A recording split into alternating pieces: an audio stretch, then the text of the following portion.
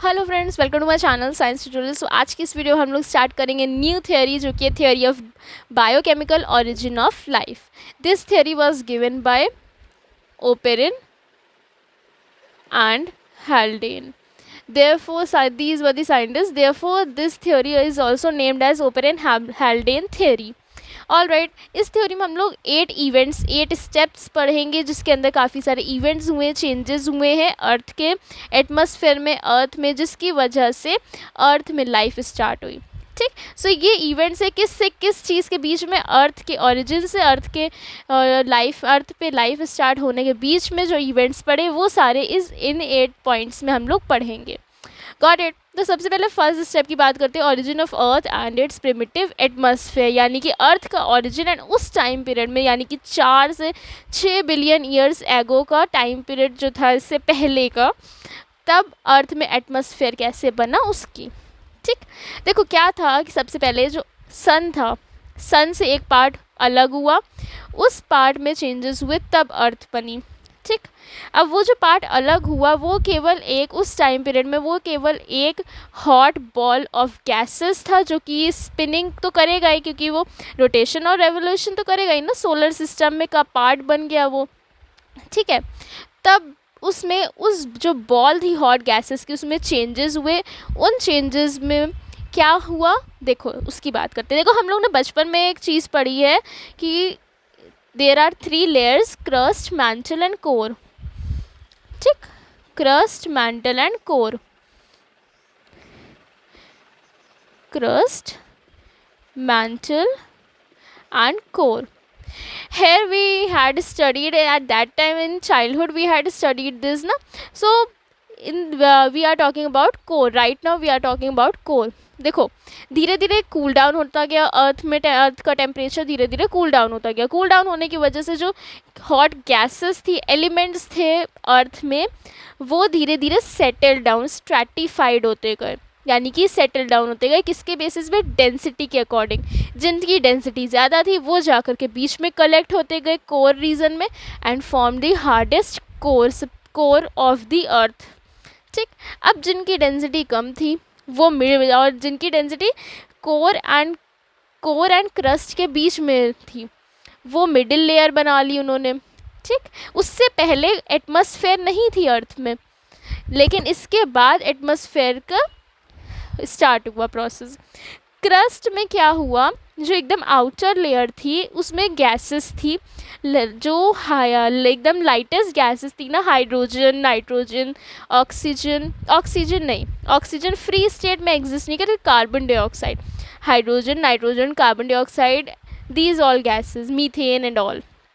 ठीक, तो यहाँ पे इस केवल स्ट्रैटिफिकेशन हुआ, स्ट्रैटिफाई हुई इस फर्स्ट स्टेप में। ठीक, और बनाया क्या? प्रिमिटिव अर्थ।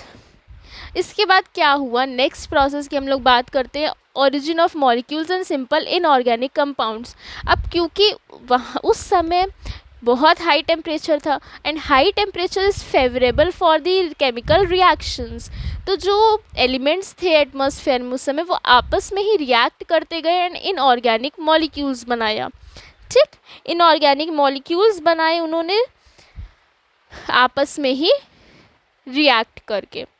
ठीक, उसके बाद हुआ क्या, ओरिजिन ऑफ ऑर्गेनिक कंपाउंड्स। उस ऑर्गेनिक कंपाउंड से पहले का जो प्रोसेस था, सेकेंड प्रोसेस में ही हम लोग पढ़ेंगे, जो गैसेस थी वो एग्जिस्ट कर रही थी कंबाइंड फॉर्म में, सॉलिड फॉर्म में भी एलिमेंट्स एग्जिस्ट कर रहे थे, एंड वाटर जो लिक्विड फॉर्म था वो सुपर हीटेड स्टीम के फॉर्म में एग्जिस्ट कर रहा था। अब जब इस सुपर हीटेड स्टीम के फॉर्म में एग्जिस्ट कर रहा था, तो इस सुपर हीटेड स्टीम की वजह से क्या हुआ, रेन प्रोड्यूस हुई। इन सब ने कलेक्टिवली रेन प्रोड्यूस करी। अब जब वैसे ही वो रेन प्रोड्यूस हुई, रेन तुरंत क्या, जैसे ही एकदम हॉट लैंड पे पड़ी, तुरंत वो स्टीम बन गई, तुरंत वो स्टीम बन गई, सुपर हीटेड स्टीम बन गई। तो ये रिएक्शंस आपस में होती गई, या वो स्टीम रिएक्ट करती गई। इस तरह से ऑर्गेनिक कंपाउंड्स का नेक्स्ट प्रोसेस में डिस्कवरी हुई। ठीक, ओरिजिन हुआ नेक्स्ट प्रोसेस में।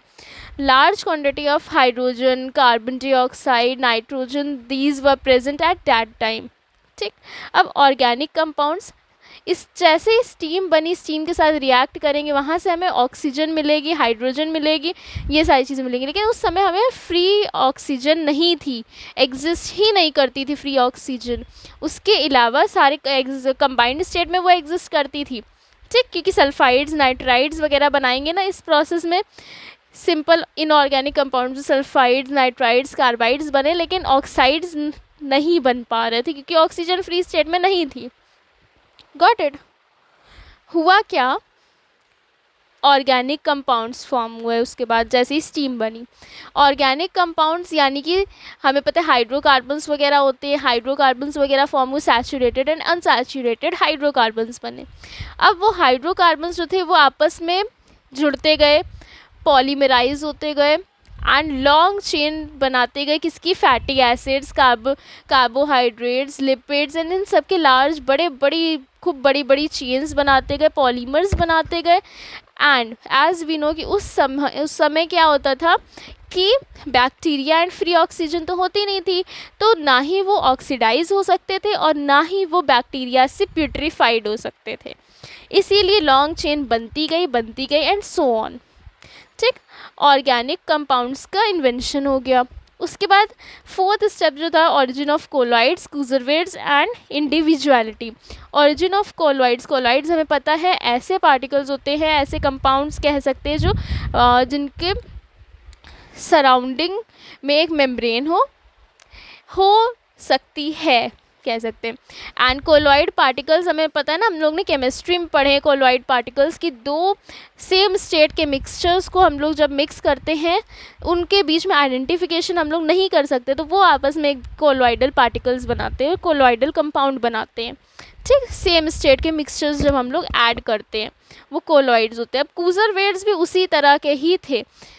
तो जैसे कोलॉइड होते हैं, हमें पता है जो प्रोटोप्लाज्म होता है वो कोलॉइडल इन नेचर होता है क्योंकि वो मिक्सचर ऑफ कंपाउंड्स होता है and is limited by a membrane, permeable membrane, ठीक।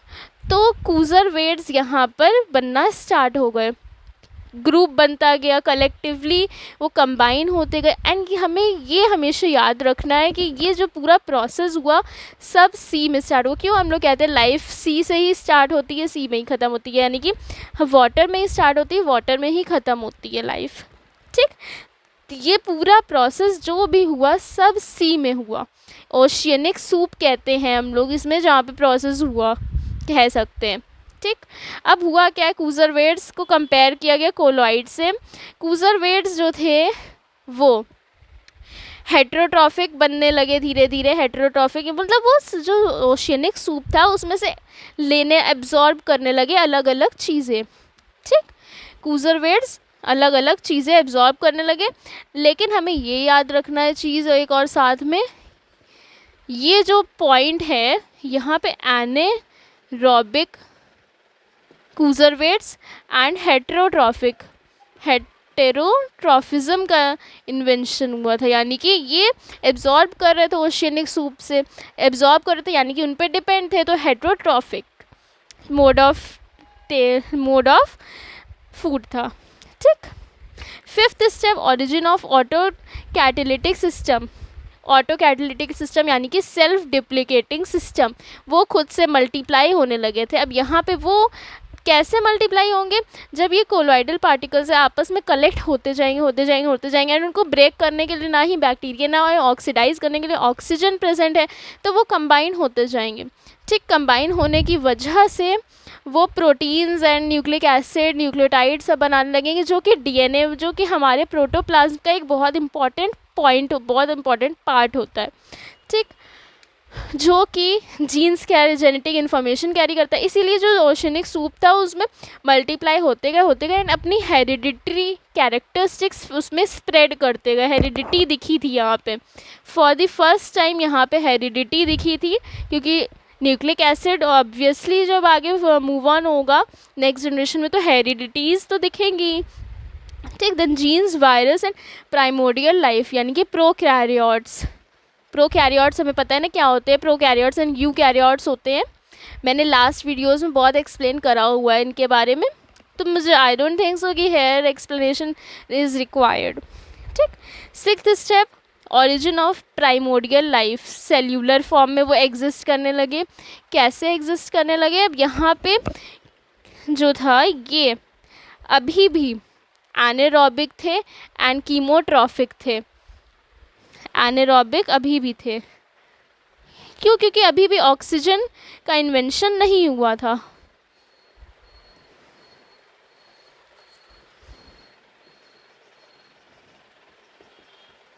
कीमोट्रॉफिक थे यहाँ पे, ठीक। देन सेवेंथ स्टेप में ऑरिजिन ऑफ ऑटोट्रॉफिज्म। अब जो ये लोग जो थे ये उस समय वाटर को यूज़ नहीं करते थे कैटलिस्ट के लिए, वाटर से चीज़ें एक्सट्रैक्ट करते, एब्जॉर्ब करते, लेकिन वाटर को यूज़ नहीं करते थे रिएक्शंस के लिए, ठीक है। लेकिन स्लोली एंड ग्रेजुअली जब इन्होंने वाटर यूज़ करा, तब उससे वाटर यूज़ करने से पहले जो था क्लोरोफिल कंपाउंड बनने लगा था स्लोली एंड ग्रेजुअली, ठीक। फिर इन लोगों ने वाटर यूज़ करना शुरू कर दिया। जैसे ही वाटर यूज़ करा इन्होंने, ऑक्सीजन मिलने लगी फ्री स्टेट में, ठीक। जैसे ये वाटर यूज़ करेंगे तुरंत फ्री स्टेट में ऑक्सीजन, क्योंकि वो ऑक्सीजन देने लगे, क्लोरोफिल उनमें प्रेजेंट था, देन ऑक्सीजन देने लगे। एंड यहाँ पे ऑटोट्रॉफिज्म स्टार्ट हुआ, यानी कि they can make their food by their own, यानी कि वो खुद से खाना बना सकते थे अपने लिए। ऑटोट्रॉफिज्म स्टार्ट हुआ, गॉट इट। देन एथ step, origin of eukaryotic cells. Eukaryotes हमें पता है क्या होते हैं, ये भी मैं पहले बता चुकी हूँ कि जो proper membrane bound organelles present होते हैं, गॉट इट। यूकैरियोटिक सेल्स का डेवलपमेंट होने लगा, ऐसे ही डेवलपमेंट स्टार्ट होते गए एंड बना क्या? ब्लू ग्रीन एल्गी, यानी कि साइनोबैक्टीरिया। ब्लू ग्रीन एल्गी को साइनोबैक्टीरिया कहते हैं ना हम लोग। ब्लू ग्रीन एल्गी का इन्वेंशन हुआ इस तरह से, got it. These 8 points are very very very very very important for board, so keep this in your mind. ये चीज़ें याद रखिएगा। And if the video help you, then please hit like button this video to the previous videos, share my videos to your friends and to your dear ones. Thanks for watching. Bye bye.